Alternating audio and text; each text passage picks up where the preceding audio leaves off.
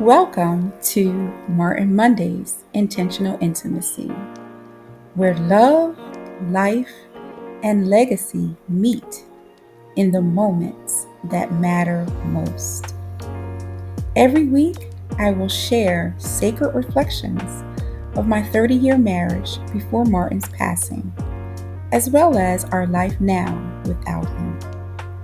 May these reflections help us live with more weight, warmth, and wisdom. Martin was a letter carrier by profession, but a life carrier by purpose. So let's take a moment and let intentional intimacy speak.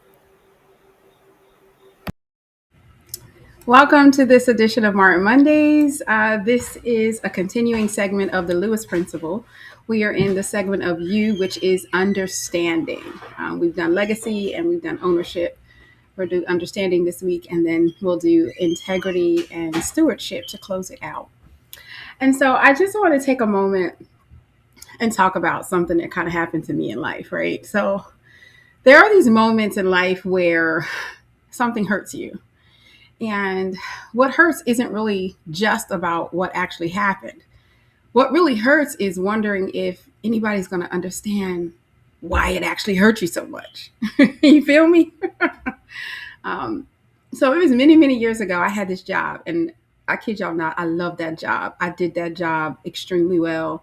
It was very meaningful work. I poured my heart and soul into it. I helped to create the position from the ground up, and all the SOPs, or standard operating procedures, and everything associated with the job I created. And it became very successful in the company, so much so that they expanded the program and they needed to bring on someone else to do what I was doing. And so I needed to train that person. And so I was excited about, pouring this knowledge into someone and everything. And then I discovered something that I never expected. The person that I was training, she was an internal transfer. She and I had similar, experiences, similar academic background and all. But I came to learn that there was a huge disparity in our compensation. And I'm talking 5 figures. Okay. And that was disturbing to me, to say the least. And I think the most disturbing portion of it was the fact that my boss knew it. And he had been dishonest with me because I knew she was coming from a different department. And I knew she had been in the organization much longer than I. And so I asked the question up front. I just want to make sure there's no disparity, because as much as she knows, she doesn't know this. And so I'm going to have to, train her. And I just want to make sure that there's no funny money going on here. And my boss assured me that there wasn't a problem. And obviously, that was wrong.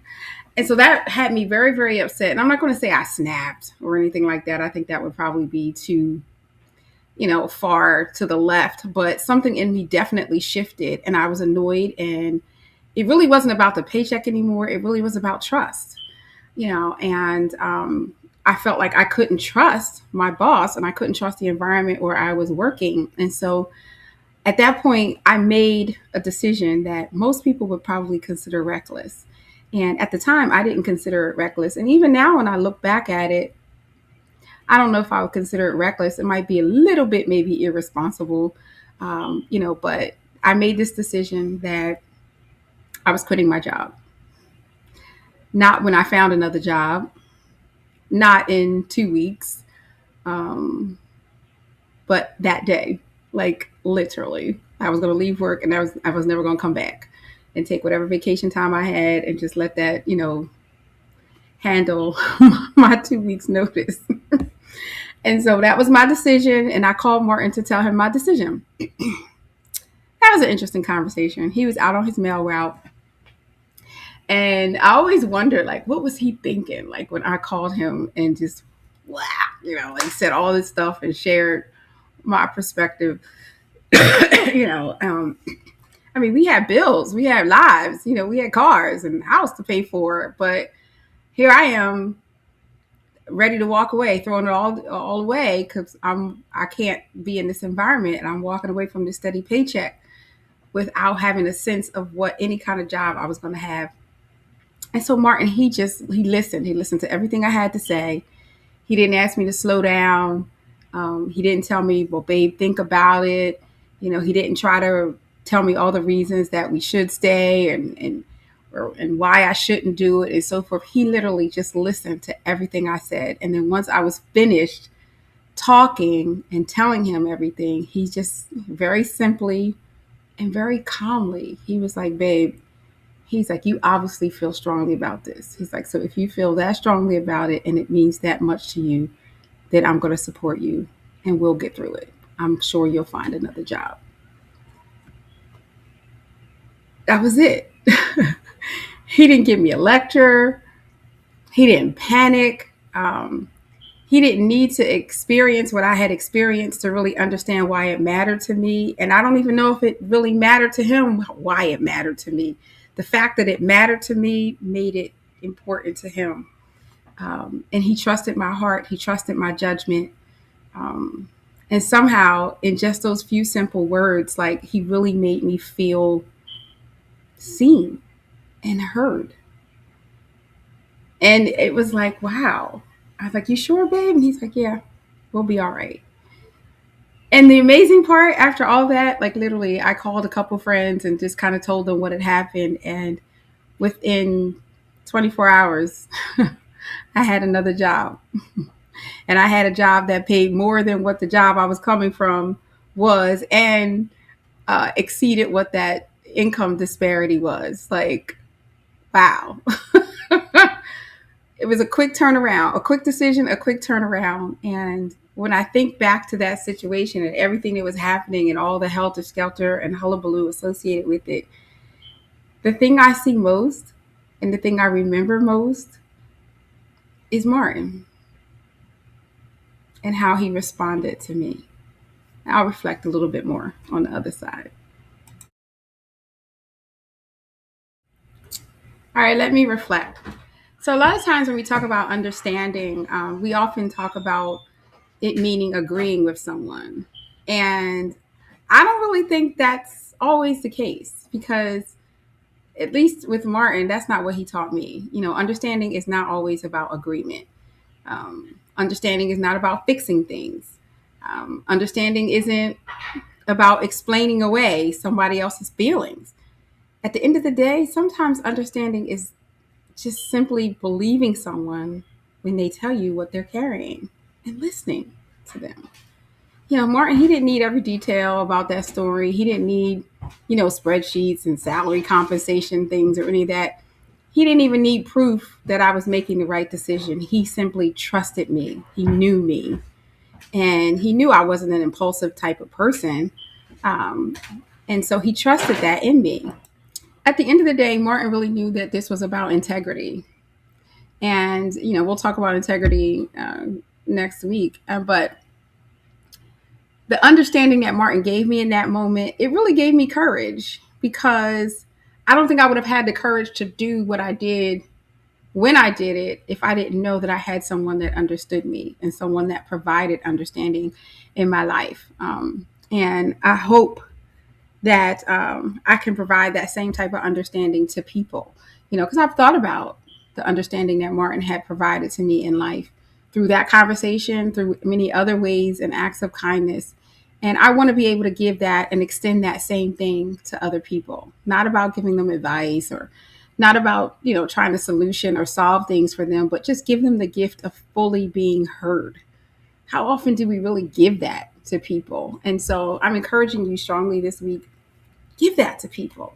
Make them feel heard, make them feel seen, make them feel appreciated, because sometimes that's the greatest gift that you can give them in understanding. You don't actually have to physically, or comprehensively or cognitively understand, but you create an environment of understanding with your posture, with your tone, with your listening. Yeah, you may actually have natural understanding of it, but you might not have that. And you can still foster and create understanding with them, because sometimes understanding simply looks like saying, I'm with you. I'm here for you. Even though I might not understand, even though I might not even agree with what you're saying, I'm still here to support you. And I think that means a lot. So hopefully you can extend that to someone this week. And hopefully in turn, someone will be extending that to you as well. So thanks for joining me this week on Martin Mondays. May Martin's legacy remind us that being understood is one of life's greatest gifts, and that understanding isn't measured by how well we explain someone else's story. Understanding is revealed by how safely we create an environment for them to tell their story. And that's the difference.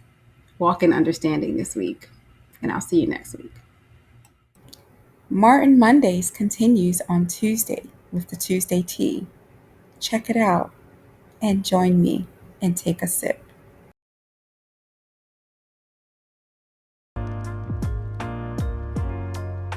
You know, Martin used to say a lot of things. Some were funny, some were wise, but one thing he often said was, wow. Wow. Just those 3 letters. It spoke volumes. It meant a lot. When he didn't know what to say, wow. When he was excited about something, wow. When he was confused, perhaps, or even frustrated, he said, wow. And you know, he's still saying wow. Through this bracelet, he's still saying wow, because he's still saying, may your whole life prove that God is good. And so in closing, that's my hope for you this week. May you have wow moments as you too are living out legacy. Live in the wow. Live in the reality of knowing that your whole life is good. Live in the heartbeat of Martin Mondays and intentional intimacy. May that anchor you in this week as you build legacy, one wow, one moment at a time. See you next week.